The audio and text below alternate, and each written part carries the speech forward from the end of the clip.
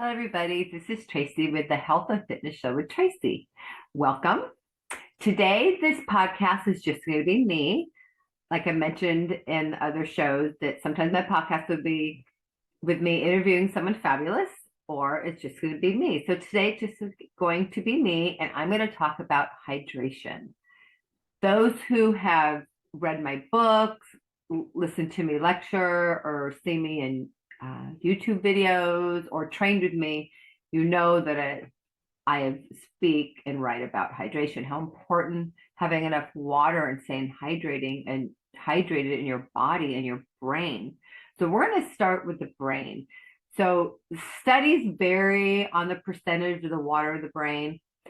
My studies show, 85% or higher.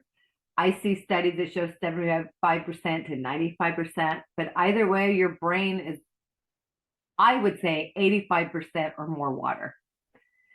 So if there's the thing, if you're dehydrated, truly fully dehydrated, you're probably very ill and in the hospital or should be in the hospital.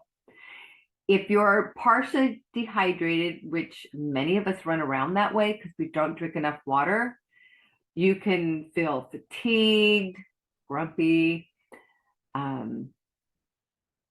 not feeling healthy, more aches in joints and aches in your muscles, you don't have a lot of energy, you can't always think clearly. And I think so many people are in that zone of not drinking enough water that those feelings and senses of all the things I just listed, you come to find that's just your everyday life. But if you start paying attention to the water you drink, I don't mean I had a glass of juice, I had 4 cups of coffee, because that's not intake of water. You want to take water, get hydrated. Also, of course, eating fruits and vegetables and cucumbers and celery and those foods that are high water content will keep you hydrated as well. But when it comes to the water, some of the basics way, unless you're a doctor or your physician or you have kidney issues and you need a doctor to specifically tell you how much water you should be drinking for your body and your medical needs, most people kind of teach that take your body weight and cut in half. So for example, a 150-pound person should be intaking about 75 ounces of water a day. So most people don't do that. I mean, there's a lot of people that do, but there's a high percentage of people that don't, and they don't realize that some of the icky feeling they feel is they just need more water. So like I was saying, your brain is a high percent of water. I say 85% or more. It's pretty high up there. When your brain is dehydrated, like I said, you're very ill. And even when you're partially dehydrated, you can have symptoms such as I mentioned, fatigued, maybe headaches. Your cognitive skills get affected. So your balance could be off. You may have slower reaction time. Cognitive skills go through a big range of a part of life and movement and what our brains and body do to function every day. So when you're partially dehydrated, what people do is they say, oh, I'm going to drink a lot of water for a couple days. And so they do it for maybe 2 or 3 days. And then they're like, oh, I don't feel any better. All I do is have to run to the bathroom all the time. But if you're trying to take your body, get it into a proper balance of hydration, you need to give it at least 30 days.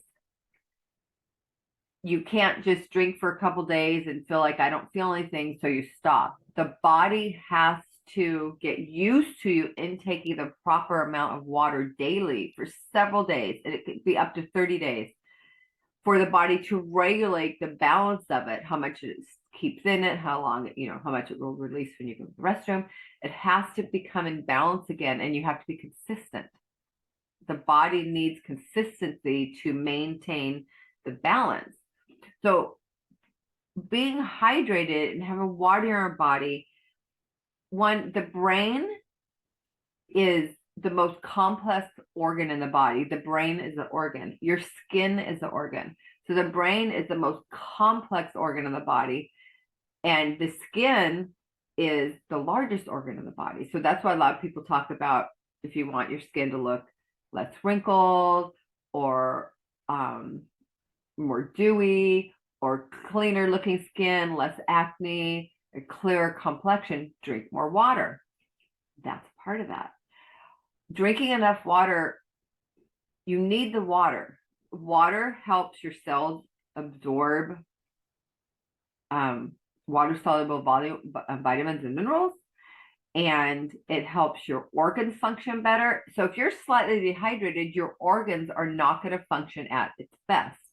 You may still be able to do everything normally, but you're just more tired.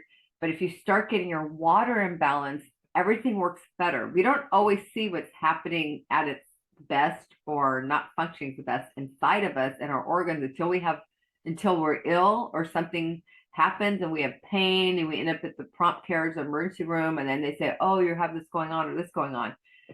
But things are happening before you get to that point. So keep yourself hydrated. It's very important. It's important for clear heads and thinking. If you're feeling foggy brain, drink some water. I'll give you an example of someone being partially dehydrated. Okay, so you may not know me yet, or you may have followed me. So a big part of my work has been working with stroke survivors and brain injuries. And stroke is a brain injury. So when someone has a stroke or they have a brain injury, their brain, this complex, amazing machine that runs our body, is trying to maybe get the person to talk again, to regain a movement again, to relearn cognitive skills, to connect the brain to the ability the body did before the brain had a stroke. And again, that depends on the brain, if it's capable of recovering or not. That's, you have to have, really good care in your recovery. That's a whole other subject and on a podcast, plus it's in my books, and it's on my YouTube channels, and I have a course on that. But when you have a brain injury, you could have cognitive skills challenges, fatigue, brain fog, harder to think. Many symptoms are also what people get when they're dehydrated or partially dehydrated. So here's an extreme example, but a very good example. After I wrote my first book, I got a call from a personal trainer. She was back east, and she said, I'm training a stroke survivor. Every time we're training, his muscles cramp up and hurt, and he fatigues out quickly. So my first question to her was, how is his water intake? What's his hydration like? And I explained to her how it takes about 30 days for the body to bring the whole body and brain in balance with the proper hydration and maintaining the water through the body, how it functions the best. So she told her client this, and he said he is going to commit to 30 days drinking half his body weight, if not more, in ounces for 30 days and see what happens. I think it was about 3 weeks in. I think it was almost 3 weeks or like a day into 3 weeks. It wasn't a full month yet. She called me and said, oh my God, he has been doing his water like he promised, and he does not cramp up when he works out anymore, and he does not fatigue out when he works out anymore. That is a very clear example because he had a brain injury, so you could really see his symptoms more. So if you have something going on that's like you're in stroke recovery or brain injury or something in your body, sometimes your symptoms stand out more than someone who's just not drinking enough water and they're pretty healthy besides that, and so they don't really catch onto it as intensely as he did.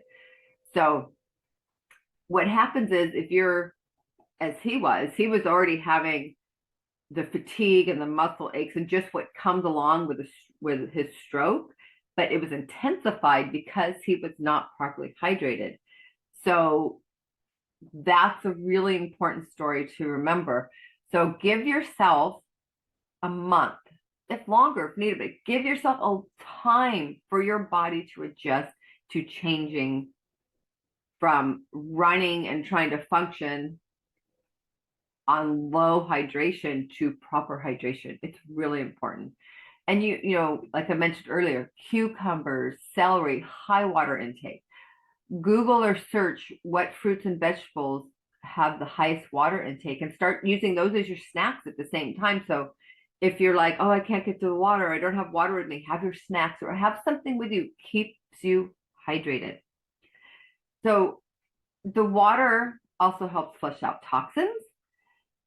Like I mentioned, you have better skin, helps you absorb the intake of nutrients in your body. It keeps your organs fresh and clean. Because remember, you have kidneys that flush, toxins out. If you take vitamins, or if you're taking, someone who, like for me, I've been recovering from a back injury, so I have Tylenol or Advil going through my body. I don't like it, but I have no choice at this point. And a lot of people in the world have things going on. And even though people ride up and say, oh, don't take this, don't take that, it's bad for your body, sometimes we have to take medications that may have side effects, or we have to be on something. So the better we flush and drink our water, the more we can flush out anything that stuff's living in us too. Because it's just really important. So I found an app. Let me see what it is. I forget what it's called. It's an app I put on my phone. I think it's just called My Water. You can see, if you can see the little icon, right? You can't see it very well. It looks like it's just a big drop of water. If you go to your app, you can put My Water intake in. It's like a blue drop of water. And I really like it because you can put in your water intake. You can put it if you have a cup of coffee or if you have a glass of milk, and it calculates your intake. And throughout the day, it will pop up on your phone and say these positive words like, you're going to be great. Drink your water. Don't you want to be a hero today? Drink your water. And that may sound silly, but you know what? These things help us because we get busy. I don't know about you guys, but sometimes I'll be writing or doing some like, oh my God, I've been writing for 2 hours. I haven't eaten or I haven't drinking water. So sometimes we need these little things to help us, and that's okay. And it's kind of fun to have something telling you something positive throughout the day, because sometimes I think I'm drinking enough, but I'm not really calculating. I'm just drinking throughout the day. So I got this app. I'm like, wow, I'm not drinking as much as I thought I would. And I know, I teach this. So even I struggle with it. It's just a normal thing that many people struggle with. So also noticing some studies show, I hate saying that, but because you can read one thing and then you can go read something else that shows the opposite of what you just read. So you have to try to monitor where you're getting your studies from. That's just everything in the world right now. But sometimes we feel like we're hungry, but we really are in that going towards the dehydration, partially dehydration. We need water, we need fluids. And the brain doesn't actually come out and say, you need water, you need food. We just get the sensation we need something, and most of us think it's food.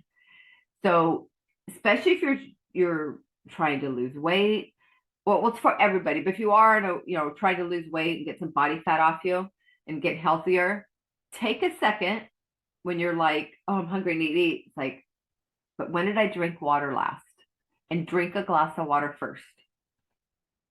If you're hungry, of course, if you haven't eaten in 10 hours, you need to eat. But be real with what's going on. Sit down with yourself, take a pause for a second. It's like, do I need a snack? Wait, when did I eat last? I haven't drank water in 4 hours, or wherever. Just take that extra second and slow down and give your body what it truly needs.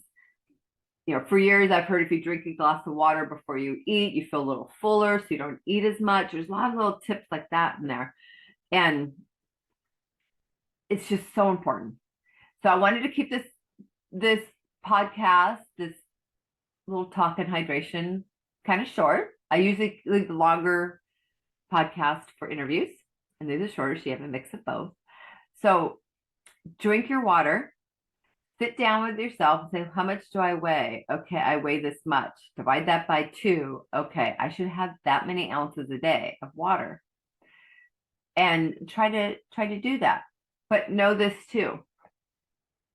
Alcohol, sodas, caffeine, sodas are questionable. They're dehydrants. So if you're drinking, like I had 3 glasses of wine and 4 glasses of water today, well, you kind of knocked out your water intake because they kind of that's a dehydrant. So you really didn't get the hydration of those 3 glasses of water because you had stuff that dehydrates you. That's the same with coffee. If you're someone that has, oh, I drank 4 glasses of water today, but I also have 4 cups of coffee, you didn't really hydrate your body because the caffeine is a dehydrant. So pay attention to everything you put in your body. Pay attention to the water. Pay attention to everything else so you're not knocking it out, because that's important. So there's your tips for hydration for the day. So I hope this helped you. I hope it maybe motivated you to drink more water for the day. Put sticky notes around your house. There's another tip. You can put sticky notes or whatever in your car, your phone, have it beep you, give you notifications, or your computer. If you're sitting at your computer, have it flash up and drink your water.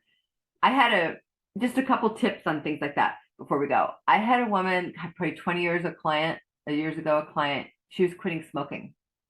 And she found, I think it was before we had phone apps, it was a computer thing, that every day or every few hours, it depends how many cigarettes she was giving up, it would pop up and say, you haven't smoked in 30 hours. You haven't done this. So you've saved this much money on cigarettes. It was a pretty cool app, but it kept her motivated. It showed her, she kept getting comments of what good was coming out of what she was doing. So if you can find any app like that will pop up and say, oh, you're probably going to sleep well tonight because you drank better. Because that's another thing too. If you're having, this isn't for everybody, because trust me, I know sleeping, stress, sometimes we're not even stressed, we just don't sleep. It's just life. Many people don't have good sleep. But if you're not drinking enough water, it can also affect your sleep. I know for me personally, if I'm on my water intake, doing it properly, I actually sleep better. I sleep deeper. That's what I wanted to share. If you are, like I mentioned before, the stroke survivor, if you're having more challenges with pains and cramping, up your water intake. And remember, I know it's hard. I've been working with clients for almost 30 years, and the ones that struggle with water, they either say, I don't like the taste of it, I don't like drinking water, but the main thing I hear is every time I drink a lot of water, I'm in the bathroom every 5 minutes. That, in most cases, that goes away. You have to give your body time to function with it and reprogram the ability to absorb where it's needed, if that's the best way to put it. So give yourself time. It's just, you have to give your body time, because you will be healthier minded, you'll think clearer. If you're going to go study for a test, you're going to go take a test somewhere and you're kind of foggy in your brain, drink some water. Pay attention to what you have done with your water intake. It's very important. So thank you for listening. If you want to know more about hydration and brain care, I do have my book, I'm Your Brain, The Engine to Your Body. And I also have the kids version of that too. And it talks about a bunch of, it's a short book, but it talks a lot about different ways to take care of your brain care. And one of the main things in it is drinking your water and staying hydrated. So drink your water, take care of yourself, be kind to yourself. That's good brain care as well. And be kind to others, because that's good brain care for them. So I want everyone to have a good day. And sorry, my mouse always gets stuck and I can't turn my things off. Have a good day and be nice to yourself.